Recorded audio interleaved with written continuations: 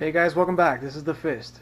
Now, one thing that I think people miss on goggles, and what beginners want to know in general, that all the reviewers, they give you the specs, they give you the tech, they give you the details, they give you the experience, but they're not telling you, in my opinion, the only thing they're missing is, for a beginner, I'm talking about for a beginner, is between box goggles and this type of goggle, the visor type, why would you want one or the other over the other? Easy.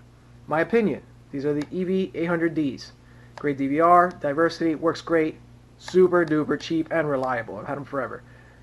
This is more immersive. In my opinion, this is more immersive. The reason being is your eyes don't stretch the whole length of the picture. Therefore, you feel like you're in the moment. Like corner to corner, your peripheral is completely covered by this ginormous view of whatever your camera's seeing. That's good for immersion and for just general cruising around. It works great. The great thing about this one is this one eventually makes you a better pilot, and the reason for that is you can see the whole screen. You can see the whole thing. Your eyes don't travel. You're not looking left, right. Your eyes don't have to.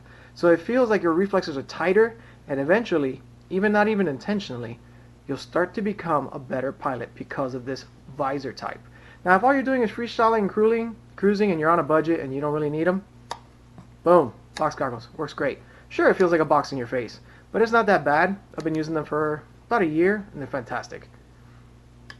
Visor goggles, sure, this one has quadversity, it's a little lighter in your face, it says compact, the kids think you're cool, but if you can get over the coolness factor, either one of these will work great for you. If you're going to race, highly recommend visor type, either Fatshark, E-Sheen, or Sky Zones, or whatever flavor you like.